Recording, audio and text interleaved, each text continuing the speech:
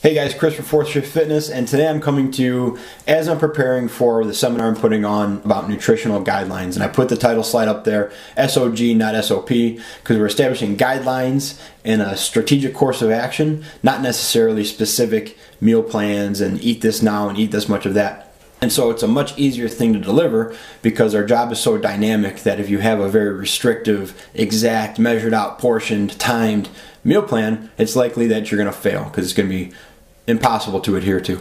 Before we get to any of that specific stuff or any of that guideline stuff, I want to go all the way back to the beginning of some of the fundamental issues with the fire service and nutrition in general. I'm going to be using a couple studies in the presentation. The first one's called Working Inside the Firehouse, Developing a Participant-Driven Intervention to Enhance Health-Promoting Behaviors. They did a bunch of focus groups, talked to a bunch of firefighters, and they came back with that one of the issues in the fire service is the lack of quick, healthy, satisfying, and affordable food. The second one is called Eating Habits of Professional Firefighters, Comparison with National Guidelines and Impact Healthy Eating Promotion Program. 28 professional firefighters, they tracked their food choices for a year and followed up with them. They found that they had unbalanced diets with low quality food choices associated with low intakes of fibers and micronutrients. The main reported barriers for healthy eating were lack of motivation, prioritization, or time. So already what we're seeing is in the fire service, we're behind the eight ball. We don't set ourselves up for success. We have poor food choices. We have limited time. We're not really motivated to care about it for some reason, right? But we also have something else that factors in and that plays an enormous role. We have a chronic exposure to cortisol, which is a stress hormone.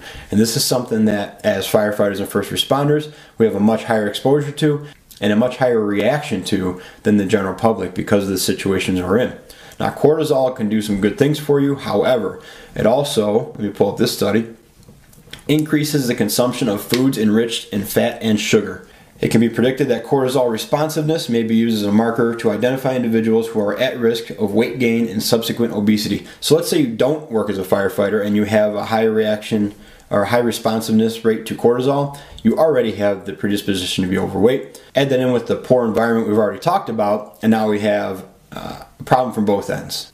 So before we start talking about guidelines and RDAs and grams of carbohydrate, we got to go back to the beginning and understand that the environment you create and the culture you create in your fire station or fire department or your community is going to be one of the largest factors influencing your weight gain or your ability to maintain your weight over your career. This comes first. Developing that environment so that you can succeed in times of stress is number one, and then we go from there. Okay guys, hope you dug it. I'm sure I'll come back to you after this week at the fire department presenting with some other stuff. Until then, be a fourth shifter.